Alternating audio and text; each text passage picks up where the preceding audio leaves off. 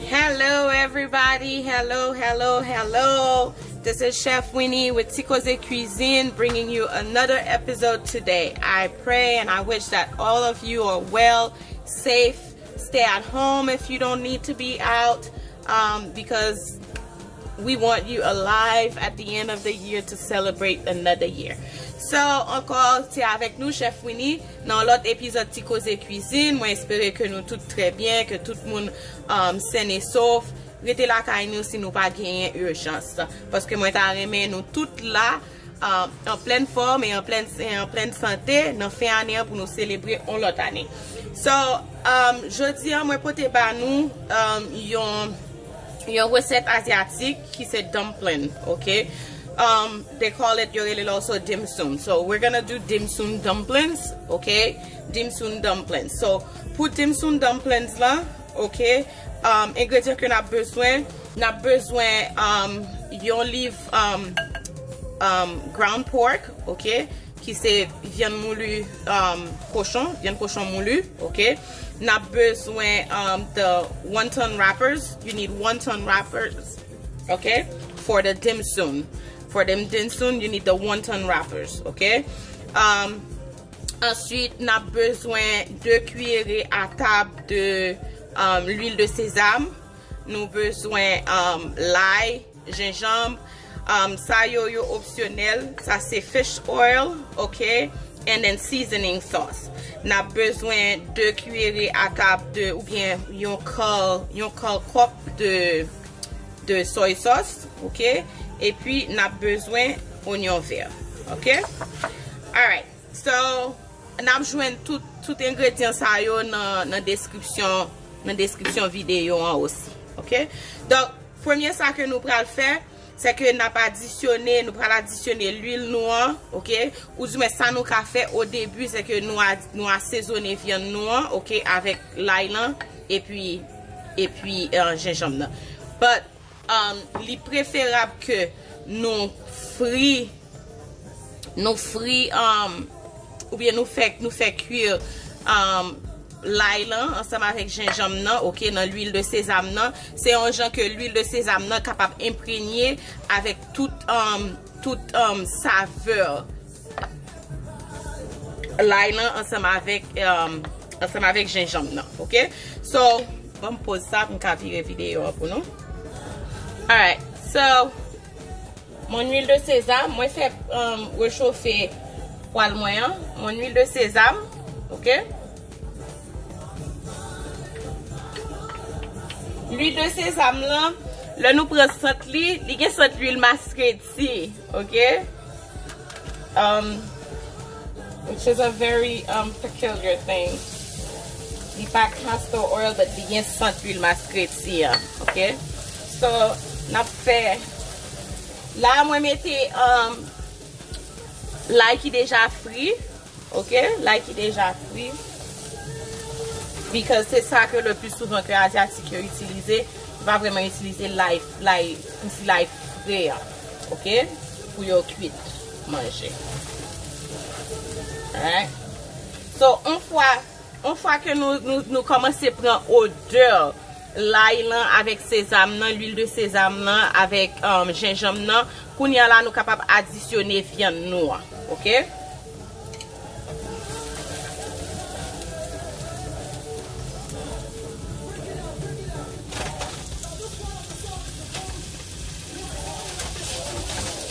Ok?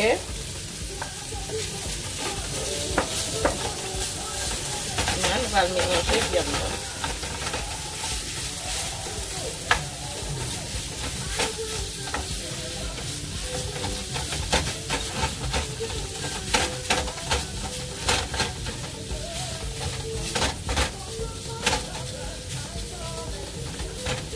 Ok, donc on a quitté le fil là un moment. Maintenant, une fois qu'il commence à cuire, depuis, disons, nous allons mettre un œuf là-dedans, ok? Nous allons mettre un œuf là-dedans, just like un œuf là-dedans. Ça c'est optionnel, c'est juste pour aider que le kembe colle, ok? So, là, on va additionner oignon vert, ok? Et je vais additionner soy sauce.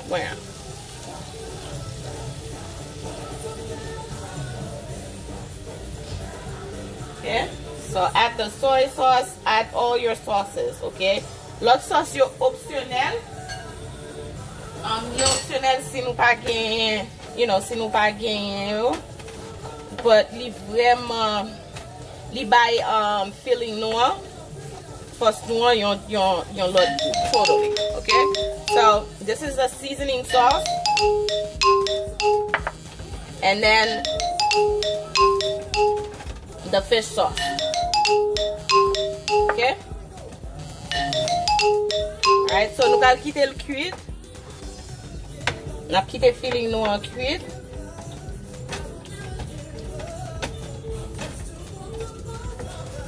Oh, the smell is awesome.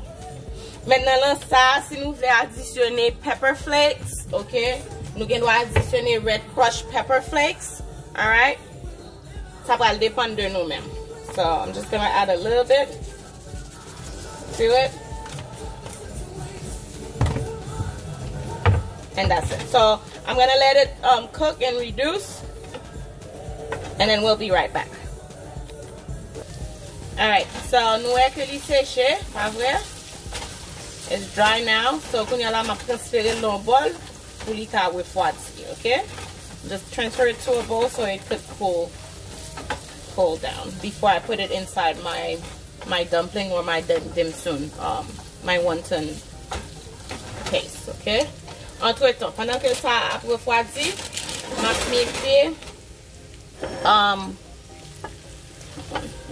je switch it to the bowl, okay? So you have a nice filling.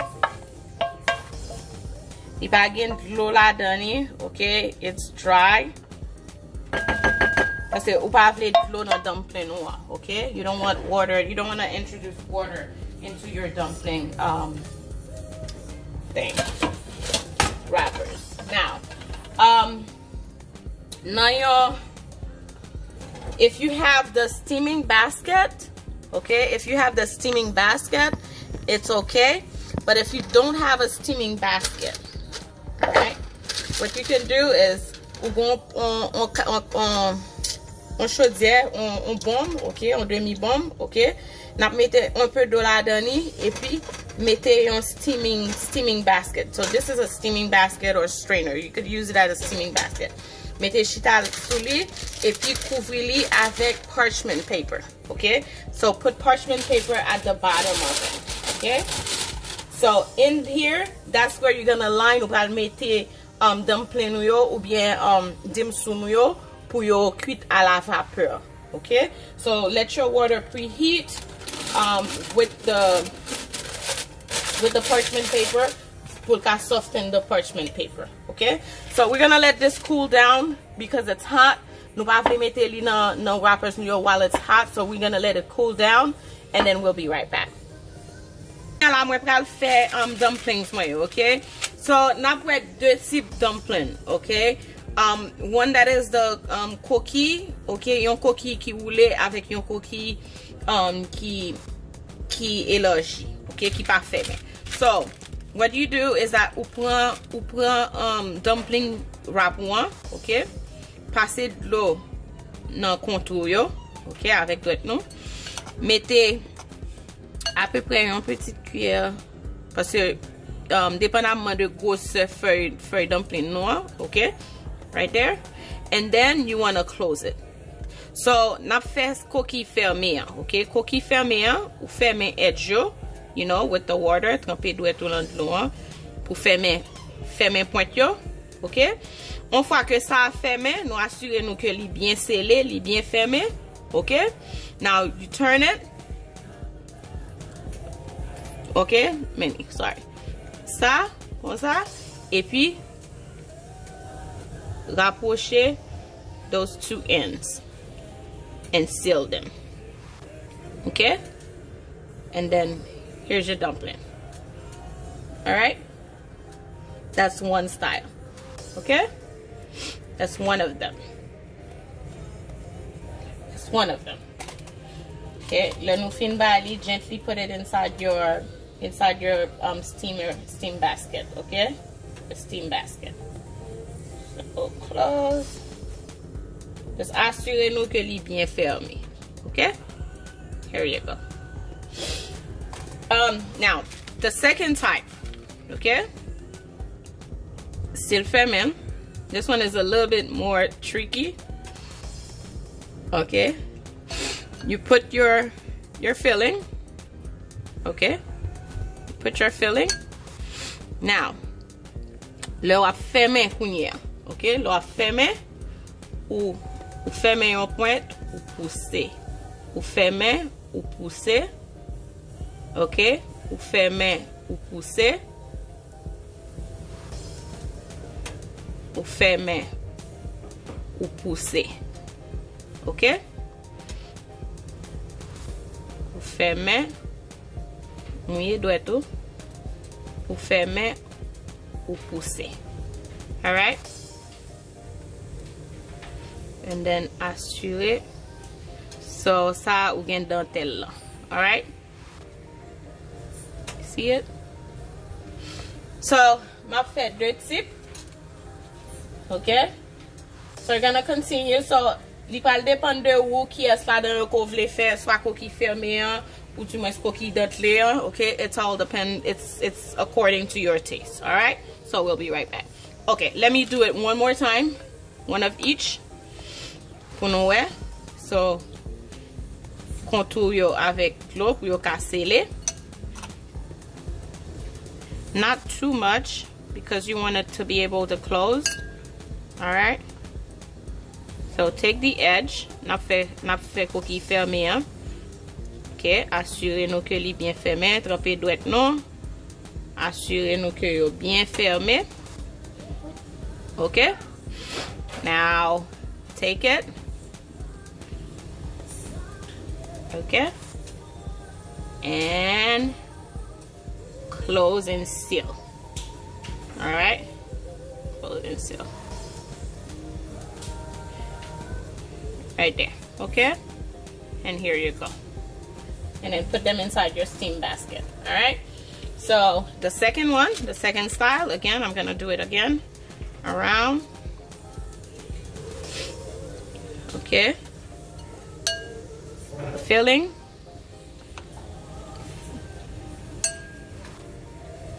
Close. Now when you're closing, push. Mais tremper doit être non. Okay, pour assurer nous que li ferme. This one again is a little trickier. The other one is much easier. This one is best done with the fresh dumpling. So here it is. All right, and that's it. So I'm gonna finish, and then we'll be right back. So here we go, guys. Okay, here are my dumplings. Okay, so now I'm gonna line them up inside my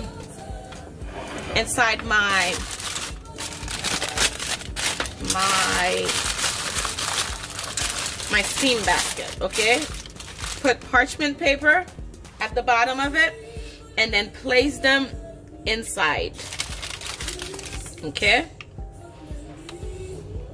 Le nap mette yo si gen kote nou realize ki ouve nan dumplings nou yo, you know, seal them off.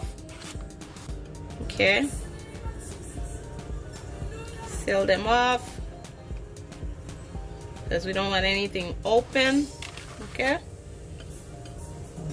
Si nou realize ke viande nap sorti tout, bien que filling nap sorti, you know, you guys could close them. Push the filling back inside. Alright. There you go. And then the other ones. Okay.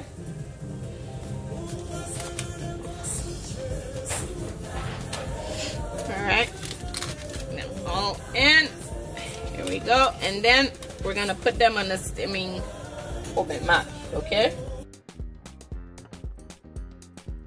So now they're inside my steaming basket, okay? Map recouvrir, because we want the steam to stay inside, the heat to stay inside and heat and steam them really well. All right. So we're gonna steam them for about 5 to 10 minutes. All right. And then we'll be right back. Okay. So my dumpling yo ki fin steam. Okay. Now you can use dumpling yo in soup. Okay. Comme ça nous juste doit utiliser yo as little appetizers. Okay. So these I'm gonna use in soup, and these I'm gonna use to serve as appetizers. Now ça yo can pas utiliser dans appetizers. Donc ça nous voulons faire. Vous mettez un petit l'huile de sésame, pas vrai? Dans fond en poil noir, and then just let them sit there, just for them to have a little golden crisp color at the bottom. Okay. Because we want to serve them as little appetizers on trays. All right. So just let them fry a little bit. Okay. Just the bottom. Buy one cooler. All right. So we're gonna serve them as appetizers. All right. So these we're gonna use them in soup. I'll be back with the soup. Dumpling yo nou gen do a fè yo, ok? Parce m'a continue fè jusqu'à ce que force moi fini. Mettez yo dans freezer, yo conserver bien, on fois que nous bien envelopper yo dans parchment paper, ziploc, ok? Put them in the freezer. You could use them in your soup, or just like as appetizers themselves. All right. Okay, so for my soup, here it is. Make sure that your broth is hot, or your soup is hot, and put the dumplings in them when you're ready to serve it. Okay.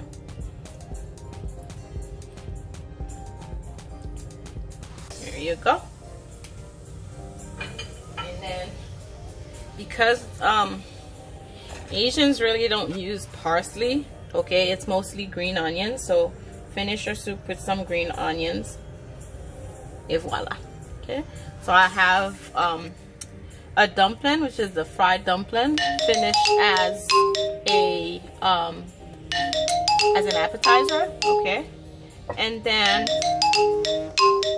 the closed one finished in the soup. Okay. Oops, hold on. This way. Here you go. Alright. So if you like that video, please make sure that you share it.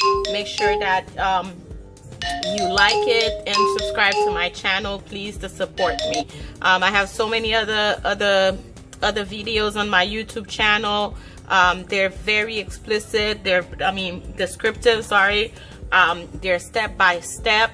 I make it a way so that everybody or anyone, even if you're not really into cooking, could follow them easily. All right, so again, c'était avec nous. It was with you, Chef Wynne, in another episode of Koze Cuisine. I brought you guys a recipe for dumplings, okay, the way I make them and the way I serve them to my clients, depending on how they want it.